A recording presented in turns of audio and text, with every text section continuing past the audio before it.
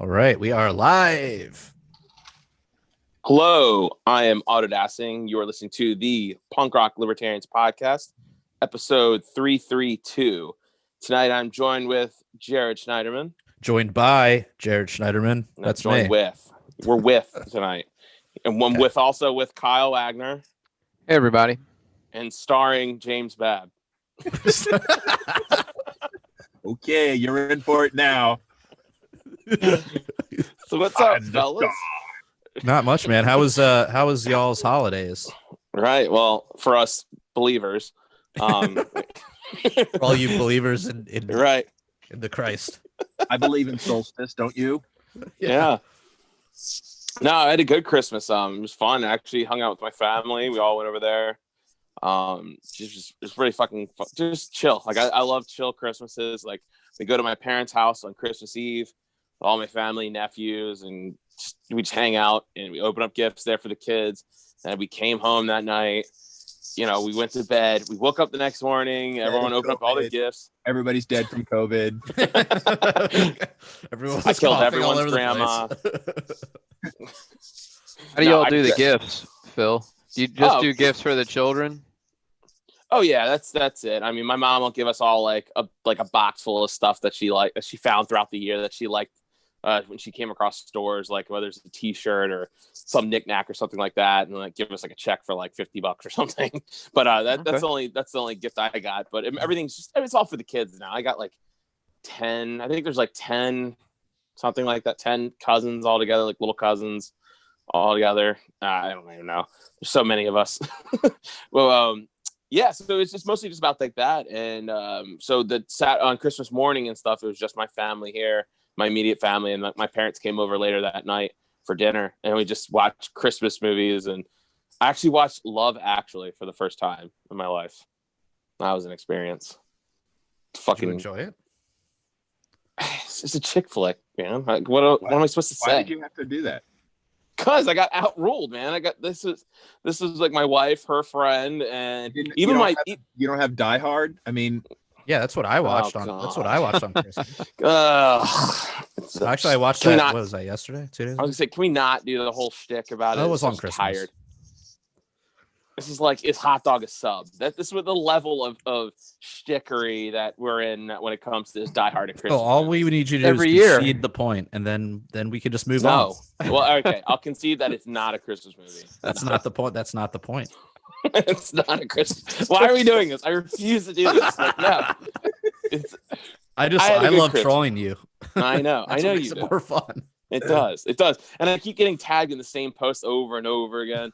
David Dahl keeps tagging me in all these posts, and I'm just like, I'm ignoring you.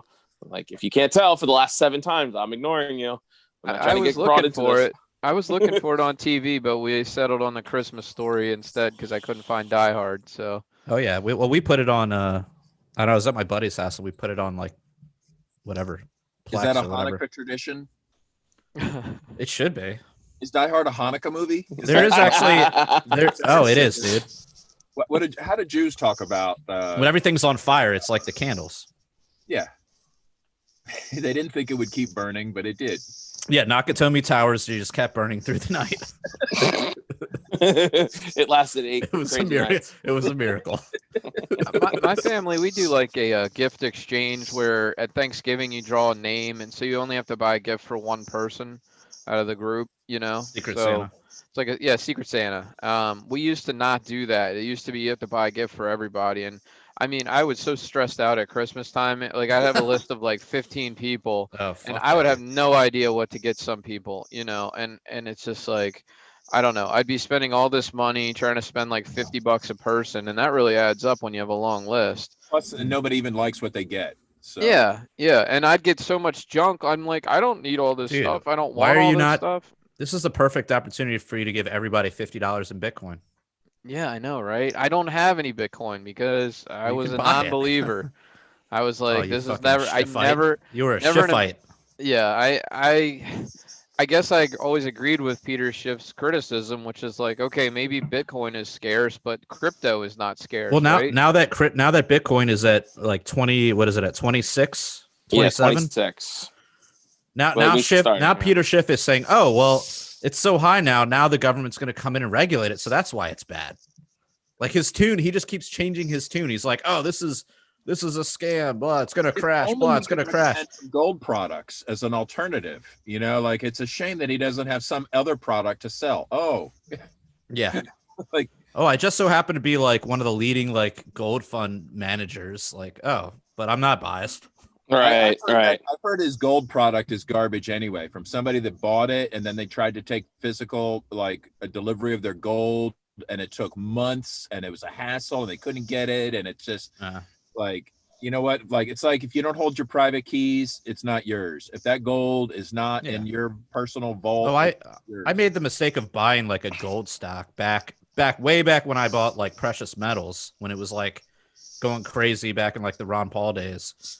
And like that was a mistake because that shit was like, it just like, I mean, it went completely sideways. I was like, I wish I would have just bought just regular gold and silver. Like, just don't buy the fucking what do they call them? Mining stocks. Well, yeah, there's some mining stocks, and then there's like receipts that they sell. It's like, oh, we're holding on to your bank. We're holding on to your stuff in reserve over here, and you can redeem it. I think that's what Schiff offers, and it's like, then like Bab said, you don't get it for like 4 weeks, and then what happens if shit hits the fan? What are you gonna do? But that's kind of like Coinbase, right? Like right, Coinbase, exactly. Don't ever try to do anything fast on Coinbase. They're going to need 2 weeks to verify that before like anything quick happens, right? Like, oh, you want to move stuff around, you want to send you bought some crypto and you want to and send it to your hardware wallet. Oh, that'll take 2 weeks. Like, really? Oh, thanks. Fuck. It can. Yeah, we were talking about this before. Or I guess it was later. I was like, we found. I sent you an article, Jared. We were texting back and forth about how they're trying to block anyone from pretty much block you from transferring over to like a cold wallet or whatever. And I was like, what should I do? Like, I had a little bit left over in there that I actually tried to transfer out the other day, and now they want my ID, which kind of sucks. How are the other coins? Like, I'm kind of trapped because like it's a lot of money. So is the other cryptocurrency going with Bitcoin? Is it going up with Bitcoin, Ethereum, and whatever the other? Yeah. I think some are. Some are like the scam one. The scam one, the Bitcoin Cash. That one's not going up that much, but yeah, Bitcoin Cash. Like is Ethereum. Ethereum's been up. I mean, let's see here. In 1 month, Bitcoin's up. I heard Ripple is experiencing some problems. Yeah, they're crashing, which is good because they're a Fed coin. Ethereum, let's see, like on the month, Bitcoin's up 50%. Ethereum's up 33%. Litecoin is up 87%. What's XRP like? XRP is down 50%. Oops. Yep. That was. I do have some of that Fed coin, but I should just probably offload it. Litecoin. I already mentioned that one. What did I say? Ripple. You said Ripple, I think. No, Ripple is down 50%. Litecoin is up. I'm seeing 90%. Yeah. Well, either way, I think everything is surging like that. Like, I have no idea. Or is it just because I dumped all my shit coins? Could be. I mean, Ethereum is like kind of used. That whole blockchain is used for other things. It's used for a lot of smart contracts and application development. So, it gets a lot of use. So it has some utility in that way, kind of like, like silver is used in, manufacturing and stuff. So it gets a little bit of added value there. I think Ethereum's kind of like the silver of the crypto world. Whereas Bitcoin, it's like, this is just what everybody wants. It's like the gold kind of. It's a loose analogy, but I just decided I was going to be a maximalist just for out of laziness. I just couldn't keep trying to pay attention to all of these shit coins, and I just wanted to consolidate everything because I had too many coins. Yeah, some would be on my hardware wallet. Some I had in like exchanges because I couldn't put it on a local wallet, and then they delist it. It's like no. Like, this is not for me to like. I don't want to have to worry about. 3 years from now, like, oh, what did you screw that up? Yeah. I just, I want it to be, I know like whatever I can keep on my hardware wallet is good. I don't really want anything else. Yeah, I think that's smart. I mean, unless you're trying to play the trader game where you're like, oh, let me buy this random shit coin and hope it goes 10x and then sell it and get a bunch of people to hold the bag for me. My boss is like that. That's not the way I like to roll. My supervisor is like that. He's like, dude, invest in Dogecoin. Put money in. He's like, well, I have a market. So as soon as Bitcoin hits 30,000, I'm selling all of it, and I'll buy back in. And I'm like, okay, cool, dude. Like, I'm just holding on to it. I'm just gonna keep on buying it. I lost my Doge because it was on some exchange that got delisted or something. You know? I had that happen to all the Nexus stuff that Matt. Remember, Matt was like a huge Nexus guy, right? Yeah, I ended up buying a bunch of that shit, and like, I mean, it went from like, I mean, it fucking just plummeted. Well, and then it got completely delisted. I had like $200 worth of Nexus, and because I heard all they had to say was nodes in space, and I'm like, that was a great idea. I don't even really know why I want nodes in space, but hell yeah, I want nodes in space. Well, the idea was like they're gonna launch their own satellites, and like it's gonna be completely like free. Like they'll basically be running their own internet, so it won't be tied to like any government stuff. It was like completely. I mean, it sounded awesome, but I don't think they ever nothing ever came to fruition. They never launched any satellites. They never did. It was like operating like an operating system on satellites in space with crypto and lasers and like. Right. It would have made for just vaporware strategy that you really. No, this is not a sane investment strategy, right? Like to be like, yeah, that sounds cool, right? But it does sound cool. I mean, hey, I hope you didn't put like $1 million into it, but throw a few like $100 at it. Yeah. But why not? Well, and plus my friend Keith Smith was working for Nexus at the time, and we went to that Nexus Earth thing out in Colorado, where that was a super cool event. Somebody dumped tons and tons of money on that event. People like Ron Paul and G. Edward Griffin and Jesse Ventura, like damn, just all like, and plus a whole bunch of actually famous people, Doug Casey, it's like it was just a who's who of all of these like heavyweights. Roger Ver. Yeah. No, I never could find a place where I could buy Nexus. I only had Coinbase, and I just couldn't find a proper. I used that Cryptopia site that was out of New Zealand, and then all of a sudden, it got like hacked and like everything got stolen. I think they're working on like reimbursing everybody. Yeah, right. But I still I think I had like $1,000 in Nexus. Well, let me ask you guys something. I guess we've kind of, Bitcoin's getting a lot more attention now than it used to. It's still like not something I get to use on a daily basis, right? Like I'm always happy when I can buy something or pay somebody in Bitcoin or get paid in Bitcoin. A couple times I've used it, I'm getting like extremely fast confirmations, or maybe the wallets are just picking up on that first one or whatever. But like just today, I gave my nephews, I'm like, dude, I was hanging out with my nephews. I'm like, you guys got crypto wallets? Like, what's up? And they're like, no. I'm like, all right, dudes, get your wallets out, and Uncle Jim will send you some crypto. Like, all right. Nice. And they went through immediately. It was like an immediate like confirmation. And what wallet were you using? Edge wallet. So, maybe it's picking up on like the first verification or the first confirmation. But it's actually going wallet to wallet. It's not like some kind of Coinbase thing where it's like, well, you're kind of sending it, but it's like really it's just a ledger in Coinbase that's picking up on it. Unless Edge Wallet has its own, I don't think so, because they're both using Edge wallets at the time. Okay. I don't think that had anything to do with it, because I've had other transactions that are anyway. So in the the last time crypto was surging, everyone was complaining about these long confirmation times. And I guess there's like reports. Does anybody know anything about current confirmation times? Dude, I bought Bitcoin yesterday when it would hit 25,000. I bought it in like within like a minute or two. I had a confirmation saying it's available. It's like there for you to look at. But you bought it on Coinbase, right? I did buy it on Coinbase. That's not the same thing.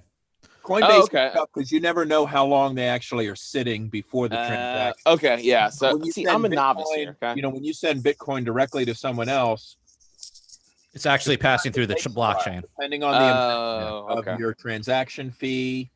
And it's kind of a complicated thing, but I remember that was a problem. And that's what opened the door for Bitcoin Cash and Dash and these other cryptocurrencies who are like, look, we're getting low fees and instant confirmations. This is what you want to buy coffee with. There's the whole new class of cryptocurrencies came out trying to be the retail guys, trying to be, like something that would really work for day-to-day transactions, where Bitcoin was failing to do that at the time.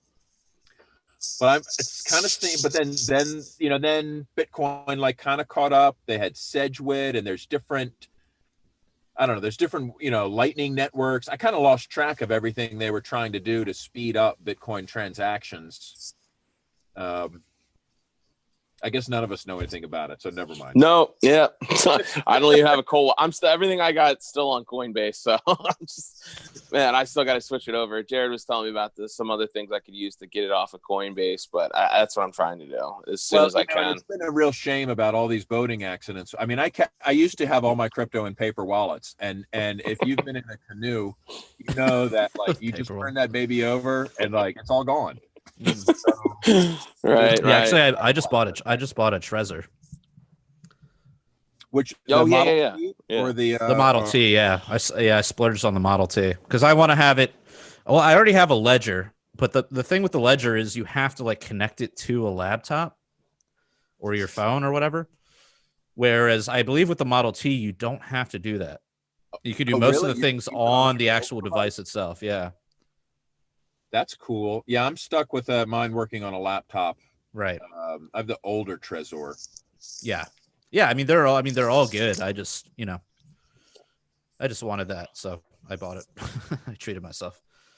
But spoiled yourself. People have to pay attention to their wallets now. Like, for people that, like suddenly, you had one security level that made sense when you had $1,000 worth of cryptocurrency, right? Right. Then the market moons, right? Suddenly you got $20,000. You have a whole, you need to reevaluate your security, and how you're handling things as it changes. So right. I just remember the last time it surged, a lot of people had the security of, that was only like $5 or $10. And then they're like, oh shit, where's that phone? Oh shit, where's that private password? Like, crap, what happened with that Bitcoin? Stories. Remember when you gave me $10 worth of Bitcoin in 2013 and you said, be with the private key, and then I didn't? What's that 800 number I should call? Where's that landfill I threw that into? Yeah. So guys, I hope that doesn't happen this time. Oh, damn. It's been a wild ride for Bitcoin holders, I mean, it soared and then crashed and then soared again. I mean, just to watch it, it's like, man, what an emotional roller coaster it must be. Honestly, not so much for me. Like I said, I got into Bitcoin. That's for me, dude. It's although not in recent times. Like now, I'm just after the last time, I'm completely over the emotions. I'm just like, yeah, I'm gonna let it do what it's gonna do, man. Like, right? I got into it. It can subvert the Federal Reserve. I didn't ever really cared about the price. Same here, right? Something is like, I just early on, especially, I thought, I'll just buy as much Bitcoin as I need, right? Like how many Deutschmarks do you need if you go to Germany? Like how many Bitcoin? And because there wasn't a lot of opportunity to spend, I never felt like, I should be stacking this. I wasn't smart enough. Like some people were smart enough. But I was hoping, I never expected the super surge, right? I figured it was a more gradual thing. Yeah, and when I got into it, it was only, I think it was worth $7,000 for the first time. That's when I first bought it. But I was just talking about my brother today because he was asking me about it, and he was like, "Damn, man, I remember you were telling me about this in 2012. You were telling me I should buy Bitcoin when it was only a few $100 or whatever. I think it might have been $200 or something like that." And he's like, and I was just like, "Yeah, well, I bitched out for the next 5 years and didn't do shit." So I suckered up. I've talked about this before on the show, but it used to be really hard to buy it. It was. As much as I want to shit on Coinbase, I would not have probably bought Bitcoin when I did if it was not for Coinbase. which means I'd have way less in Bitcoin than I do now. It's been a key on ramp or an off. A key on, whatever you want to call it. But yeah, now it's kind of becoming like a Fed op, and it's like, all right, get everything off of there. What are the other? I mean, we know about like local Bitcoins and things like that, and individual exchanges. But what are some of the other like mainstream go-tos? If you wanted to recommend, like if I still recommend Coinbase to noobs, like because you need that like easy on and off, like get them interested. Yeah, once it's something so easy, you get like people like me. I'm thinking like my person, like it was so easy. Like I just linked to my bank account. I can just hit buy now, $20, and here it is. 20 minutes later, it says it's ready for me. It's in my portfolio, like I was saying before, and that gets me in. So now I'm more interested in. Now that I'm getting the ease of it and more comfortable with it, I'm ready to move on to something else where it's a little. I'd much prefer to recommend something else. And if anybody else knows of alternatives that have that level of convenience that aren't Coinbase, what's the one that Nick Bacone was talking about on here? Oh fuck yeah! If you guys aren't Patreon subscribers, this is literally just a continuation of our last. We're gonna talk about this for like the whole podcast again. We're losing so many listeners. We're just, whatever. But hold on, let's all right. Let's wrap because we got a big story to talk about.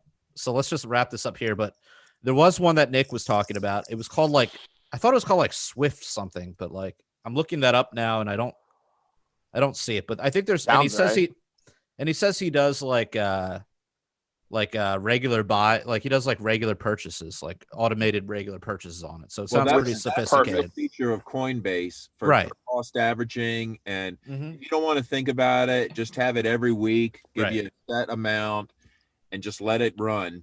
You know, that makes a sense to a lot of people. And a couple times when I was looking for that, I looked for alternatives. I couldn't find them. So I'll have to ping him and see what he was talking about there because I forget now. So this says E-Trade was getting ready to let customers trade cryptocurrencies on its platform, but I don't know if that ever happened. When was this article was in 2019. Oh. E-Trade's obviously pretty big. They were originally going to allow just Bitcoin and Ethereum. But I don't know if that ever happened. When I searched for it, this thing called eToro came up. The best way to buy crypto. eToro trading platform. I don't know. Yeah, that's the one that they advertise on the Brave browser, I think. I'm starting to see features come into like the Trezor software. It's like I think it's like in beta or coming soon, or like the ability to buy and sell built into the software on the hardware wallet. So that could be a real convenient thing if that really took place, where you could buy and sell like right in and out of your own personal hardware wallet.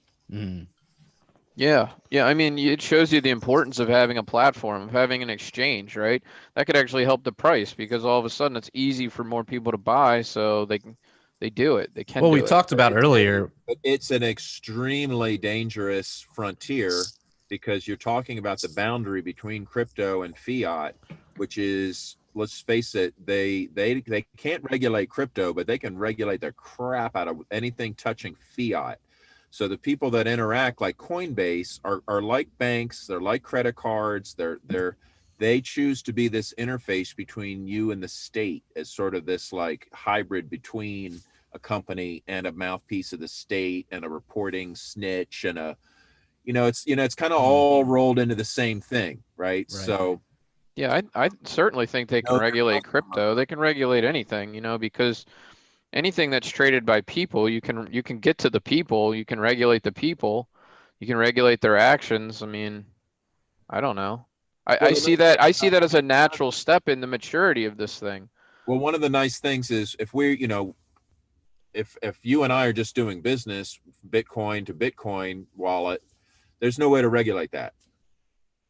They can declare it illegal, but they can't actually stop that transaction from happening. I mean, they could arrest me or you. Yeah. So you could get your hands on the person. Illegal. They can declare your thoughts illegal. That doesn't matter, right? What really matters is, well, what can they physically do? And they can't physically stop a Bitcoin to Bitcoin transaction, but you want to convert that into 50,000 FRNs. Now, we've got our hooks in deep to all the players. And that's part of why I haven't just sold a lot of my Bitcoin, is because I don't want to pay taxes on it. Like if I was to sell the Bitcoin that I've made thus far, the money, the dollar difference would count as capital gains, and I'd lose, what is capital gains tax, like 15%, something like that. Mm-hmm. I'm like, I'd rather just hold on to it until it becomes like so easy to just transact in Bitcoin that I don't have to. Right. Or wait until a different time and place to convert it into fiat. Maybe you'll be retired in Singapore. Maybe you'll, right? Like, you don't know where and when you'll be, but it doesn't have to be for Federal Reserve notes right now. Yes, exactly. So, or hopefully more and more up, like, who's going to be the first nursing home to accept Bitcoin? Like, this is where we're going to be at with our crypto, probably. Yeah, that's what I'm waiting for. I'm waiting for it to be where I can just give it to somebody and not pay, a capital gains tax. Yeah. I mean, if it's like, okay, if they charge me like a fucking sales tax, then so be it. But, it's better than losing a chunk of 15%, right now. Exactly. Ironically, Bitcoin did what I was expecting silver to do and gold to do. I thought those two were going to explode, and instead it's been Bitcoin. So, I mean, I definitely feel like a dumbass. The problem with, I'm buying all three still. Like, I'm still in gold. Yeah, it's still in gold. You should still have gold and silver. Yeah. Especially the problem with gold and silver, though, is like you can't transact it in a split second. While everyone's talking about Bitcoin, you should be stacking gold. Right. It's like, like, that's probably makes sense. Like, but it's like, I mean, it's a terrible idea. However, it might be just what you need, to survive the next, fluctuation. Well, if you wake up with $600 in your bank account, dude, just all right, I'm going to put 200 in Bitcoin, 200 in whatever I can get of gold, and another like 100 worth of silver. Like, that's what you do. I would never feel bad about like adding like bars of gold to my like Dragon's Hoard. Yeah. Harry Brown used to preach a balanced portfolio approach where it was like 25% stocks, 25% bonds, 25% cash, and I forget, 25% gold, I think, or precious metals. So it was like a four-quadrant sort of. Diversity is like the best way. That was if you want like a stable portfolio. Are you saying diversity is our strength? I am. The thing about it is the best thing about having a Bitcoin or other cryptocurrency in your portfolio is that's the one they can't take away from you. Like, that's the one, like anything else, they can, like a stroke of a pen and it's gone. That's the one that they're going to at least have to beat you over the head to get the password for. Yeah. Well, I guess gold and silver, though, if you got it stashed somewhere, they can't get it from you, right? Right. Exactly. It's going to be, but it's got to be buried under the tree. It's like, yeah. I already got a spot picked out in my yard. Smart and have a coded treasure map. See, like, what if you die? Your kids are going to need that, Yeah. All right, let's move on to something non-crypto. All right. Like I was saying about that spending bill. Seriously though, like, no, like, apparently they're trying to tie this massive spending bill. It's 5,000 pages long. They tried tying it to the COVID relief bill, but only for $600. So that's what I was saying. If you guys wake up with $600 in your bank account that the government just gave you, didn't ask for it, fuck it, do it. Spend it on shit they don't want you to own. Fuck them. I don't care. So what? Like, Kyle, you said you were looking this up and you had some information and stuff. And I don't know if we talked about this last time, but it's still pretty relevant. The fact that it's 5,000 pages and they suspended the rules to give everyone a chance to read it just so they could sign it. And even like Alexandria Ocasio-Cortez said, she's like, we need more time to read this. We can't be just voting on things we haven't read. And then she voted for it. Of course, you had a couple good tweets. Are your status friends celebrating this as a great victory for every special interest out there?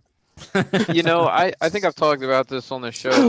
My real life friends are very divided between Republicans and Democrats, and Trump Isn't there really something for everybody? polarized my friend group quite a bit. But you guys understand this, that Republicans and Democrats are both fundamentally progressive minded, or that neither would really oppose stimulus payments or extended or enhanced unemployment benefits or any kind of handouts or Academic government gender spending. studies. I mean, we're all on board. Yeah, well, they are. I mean, I'm not.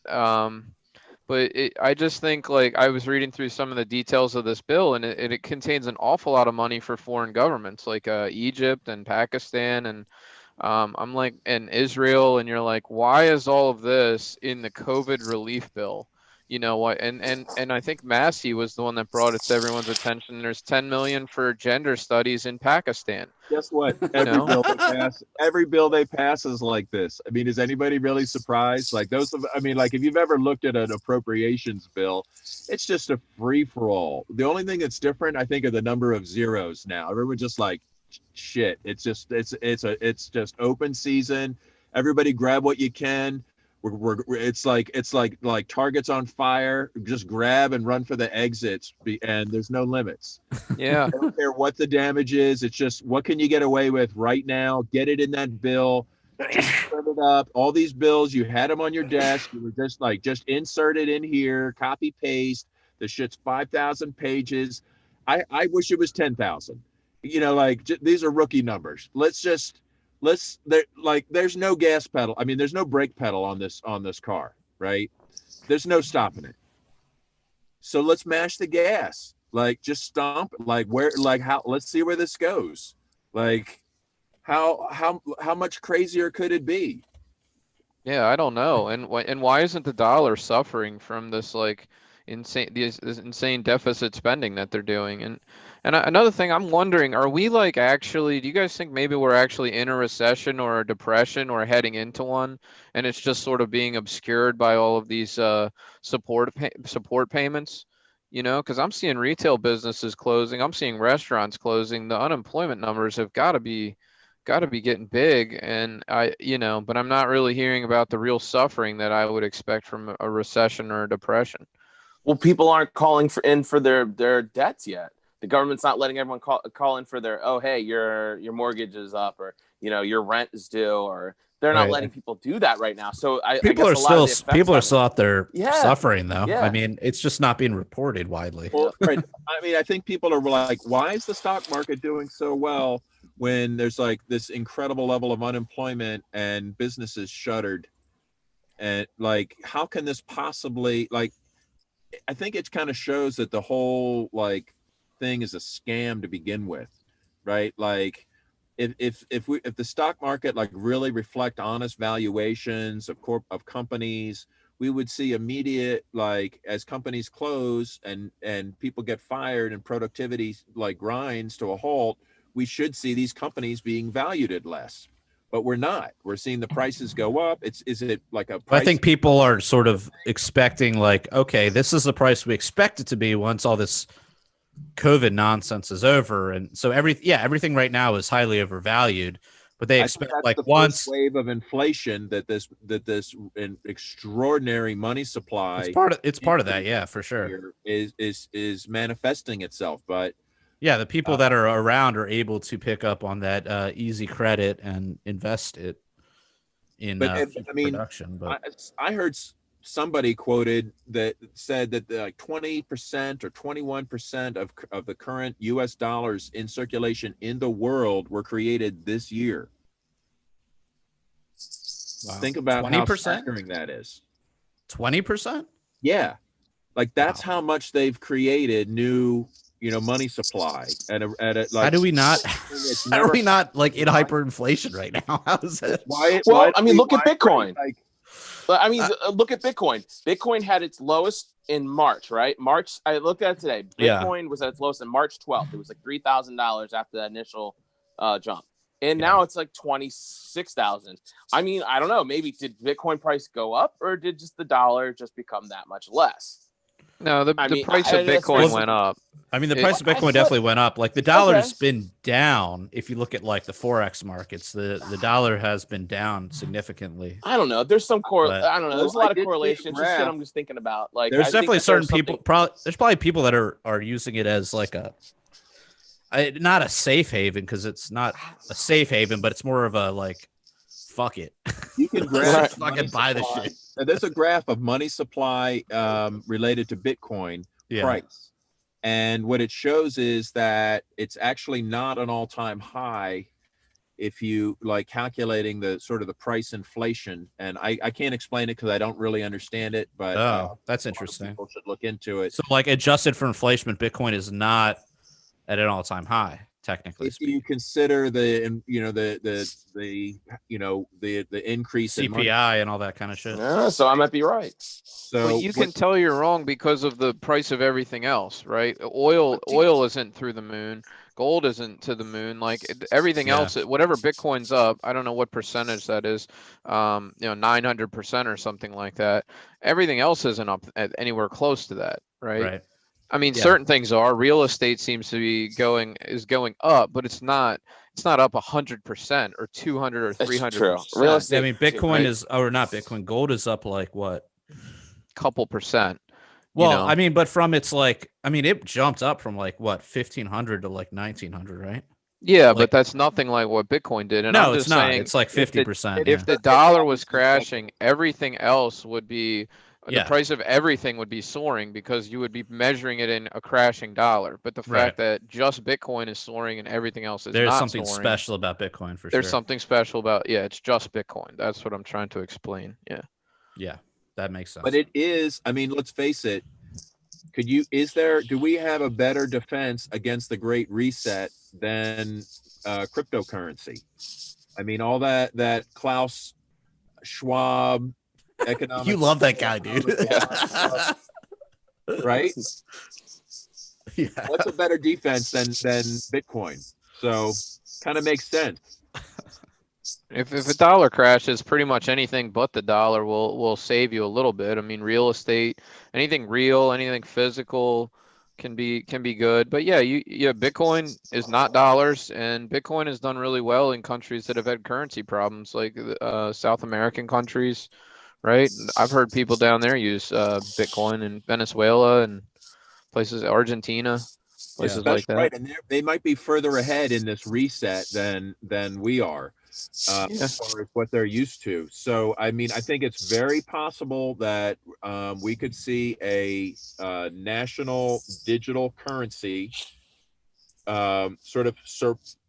replace the dollar system we have now. And because I mean that's what they're talking about in the Great Reset, is making sure that every transaction is traceable, blockable, censorable, goes across a national border, requires the other state permission. It's like goes through all the checkpoints. They're trying to this is definitely on the table as something that they're strongly working on, like a new Bretton Woods moment. They're seriously talking about like something like this, and it requires a crisis and sort of on a massive scale, comparable to the destruction of Europe after World War II. And look at what we happen to have here, like global destruction, chaos, crashing, the problem, like industries. The problem with it is they have the same problem that they have with U.S. dollars, which is that they're running deficits, So it's like even if they switch currencies, they're still spending more than they're taxing. First, you have the huge problem of actually getting it adopted by all the business world and the market and the global community. Like to actually switch currencies, I don't think can be done, overnight. And then once it is adopted, they're still spending way more than they bring in. So the deficits. Quick picture. What if, just as a hypothetical, they say, okay, we've got this is the next stimulus package. It's going to be $5,000 each. You're going to get a card in the mail, and we've already worked it out with Apple and Google, and to make sure there's an app on your phone, you can just log in and you'll type in your code. And then, boom, you can spend it at Starbucks or at the mall, and go to town, folks. enjoy. All the grocery stores, the big payment, a few of the key payment processors within the EBT systems already in This is place. basically the. Have you guys ever seen Mr. Robot? Yeah. The show Mr. Robot. This is like part of the premise of Mr. Robot. Is they have sort of a collapse, a financial collapse, and they end up instituting this thing called eCoin, which is funded by this company called eCore or eCorp, which is basically just like a huge government-run corporation kind of thing, like Google, and so that they basically just introduce their own sort of cryptocurrency or digital currency or whatever you want to call it, and they just start giving it out to people like, oh, and then everything kind of transitions into this sort of like government coin or compliance coin, as you termed it last podcast. That's right, compliance coin. So I mean, the good thing about Bitcoin, which is the brilliance of it, is that built into it, it is not there without like a hard fork that everyone adopts. There's no way to print more than the maximum amount, right? You can't just print more Bitcoin. Like, it's built into the program itself that there's only going to be what is it? 21 million. 21 million. And they gradually release themselves, as they are mined. And then at some point that'll be it. I think that's in like 2032 or something. I can't remember. I think it's already over 18. Yeah, but it gets like progressively harder as we go along. So you don't have inflation. You have like very minimal inflation until we get to the end. You actually could. There's also a deflation because of all the lost private keys. That's true. Yeah. Eventually, there's probably millions of dollars that are just never going to be recovered. Yeah. How many Bitcoin is lost? Billions of dollars. Billions and billions. Oh yeah, probably billions. Yeah. Who knows about a lot of those private keys that are supposedly Satoshis? I mean, there's billions of dollars that are just. Is it destroyed? Does it exist? Could someone suddenly sell that for $5 billion? Yeah. Maybe. Nobody really knows for sure until somebody actually could do it. So it's kind of sort of a question mark of this on the supply. Is that really in circulation? Is it not? Right. But that there's never going to be more than 21 million Bitcoin in circulation. So, you've got that sort of will always be less than that. It'll always be less than that. Sure. Yeah. So, that's where we have this built-in protection by software in this specific currency that we never have to deal with that shit. So the government's going to have to just create their own. They'll eventually create their own shit, their own government coin, and they'll force people to go on that. But you're not going to be But so they shackle you to a fucking bench. Isn't it a perfect time to get people on board when we're everybody's like pro check right now. Like even though who was it? Like some of the conservative people were complaining that the relief wasn't enough, right? It wasn't enough of a handout. Like that's the conservative take, right? Like even they're like, come on, right? Donald Trump said so. Yeah, that's why he vetoed it. It's like, I think you should have $2,000. Yeah. I think there should be more welfare. Like that's Pelosi was like, yeah, he's right. Let's do it. So bipartisanship. So if the argument is like, well, should it be, should we hand out X or should we hand out 2X? Right? Like they're obviously going to hand out 2X. Why not? Why not 10X? Right? Like there's no pushback. Right. So it'll just keep going up. And it's going to be for efficiency. Yeah. You know what? It's going to be for efficiency and because it'll be COVID safe and to protect our frontline welfare processing agents. We're going to just, you're going to have an app and a QR code and, go to town, folks. Enjoy. And everyone will log in and, your transaction will be geotagged and you're verified and they're verified. And do you guys want to hear some more stuff about what's in this bill? Yeah. I got it. The bill, Yeah. I'm going to read you a couple things. The bill will establish a new Smithsonian American Women's History Museum and a Smithsonian National Museum of the American Latino. We're going to have two new Smithsonian museums. Where are they? Yeah. Where's that in DC? I don't know where they're going to be, but where it's do you going think? to Where the probably. fuck do you think? Of course, Portland. Of course. It creates a commission tasked with educating consumers about the dangers associated with using or storing portable fuel containers for flammable liquids near an open flame. God, fucking right? So eat my dick. You don't want to have a gas can near your fire pit. Fires? You want to have flammable containers exploding? What's wrong with you? Yeah, Kyle. Let's see. The bill decriminalizes unauthorized use of the Swiss coat of arms or Smokey the Bear.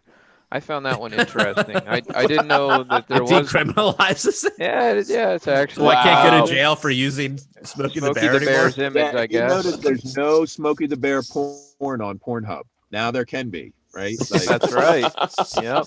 They got rid of all the bill it outlays funds to address gender inequality among statues.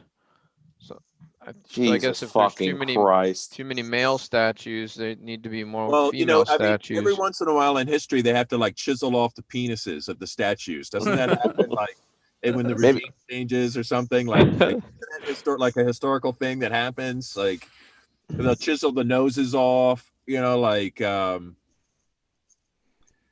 don't know. Dude, fuck this. Fuck all of this. No, I love it. Kill it with fire. Listen, pile it on, folks. Those are rookie numbers. Come on, man. Like just throw in anything you got. Now's your time to go for it. Just pile on. All right, we got a podcast title. It's Decrim Smokey. Thanks to James in the comments. The bill spends 5 pages laying out the process for determining who will be recognized as the next reincarnation of the Dalai Lama. That is very weird. Say that one about the Dalai Lama again. Say that again. It spends 5 pages laying out the process for determining who will be recognized as the next reincarnation of the Dalai Lama. Are you serious? Are you joking? I'm not joking, man. That's what. Don't think that's important. Is this on PragerU? Are you reading us on PragerU? Yeah, is this a PragerU video you're watching and just telling you how great General Lee was? PragerU. It has the site I was reading it from has links to the text of all this stuff. No, you know what? Well, that's great. It was something about outlawing memes, though, like a new copyright. Is there a meme tax being instituted? I swear to God, there was something in there about like making new crimes for sharing. It was going to affect people that shared. It wasn't just. I forget exactly. Kyle, how do you not hate government? I think it criminalizes like some kind of like memes. You might not. You might be able to like, I don't know, arrest you for memes. Well, I guess they should.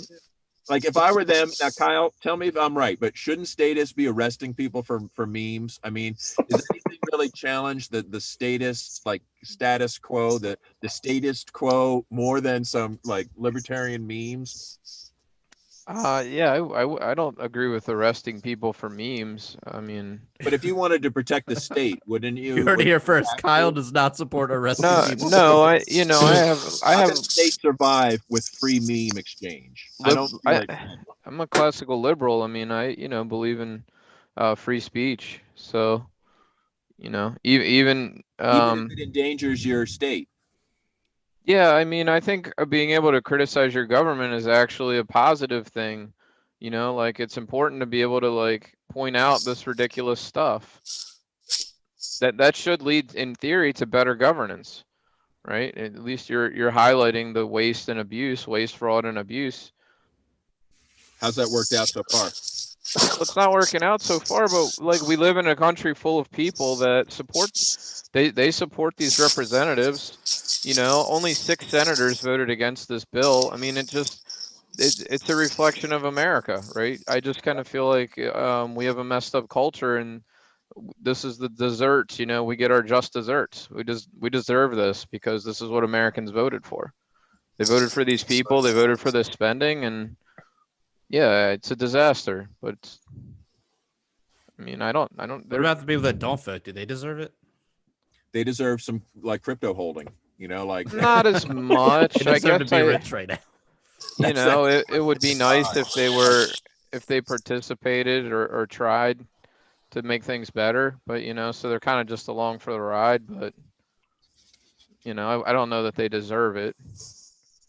But I deserve to get my head kicked in because I cannot keep hearing about this fucking bullshit ass things that they spend. It is so I don't know. I don't even know. It seems like so you guys angry. aren't for the spending. Am I the only one that's excited about this?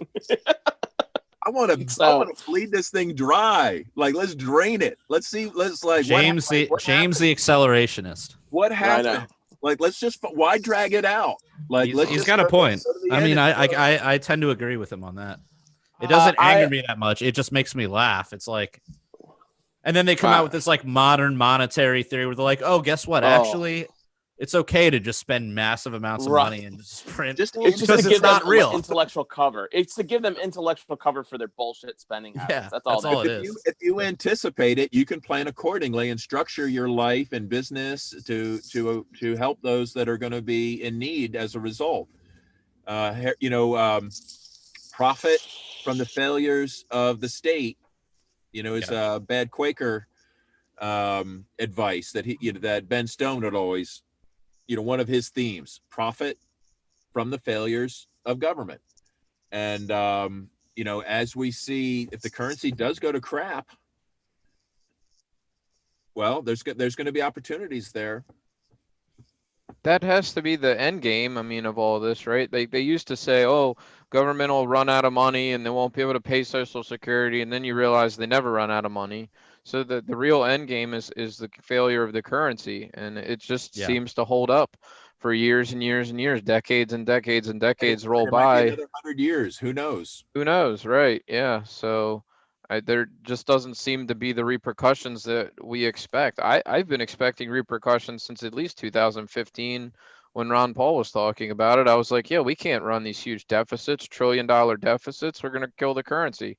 And it hasn't happened. So right, just when you think it's like this can't survive, and like, oh, it's 10 times worse. Oh crap. Yeah. And the dollar goes up and you're like, yeah, it seems like it's going to take some sort of, I don't know, cataclysmic event, really, because it seems like the only thing propping the dollar up now is just like the force of the government, really. I mean, that's all that's really propped it up, but like the fucking empire, the fucking massive empire, and eventually it's like, I don't know, it's just not sustainable. Like the force behind the dollars just doesn't seem sustainable. Well, I mean, hold on, let me just finish. Like, yeah, it might be 100 years, but like, I mean, it just feels like they're just like, I don't know. As soon as something supplants the dollar, people are like, wait, this is actually much better. Like, this is more stable. I feel like I'm not, my savings isn't getting fucking depleted. Like, I don't have to just, as soon as that happens, and it could be Bitcoin, it could be something else, but like, do you use like the Starbucks app and pay at Starbucks with your Starbucks app?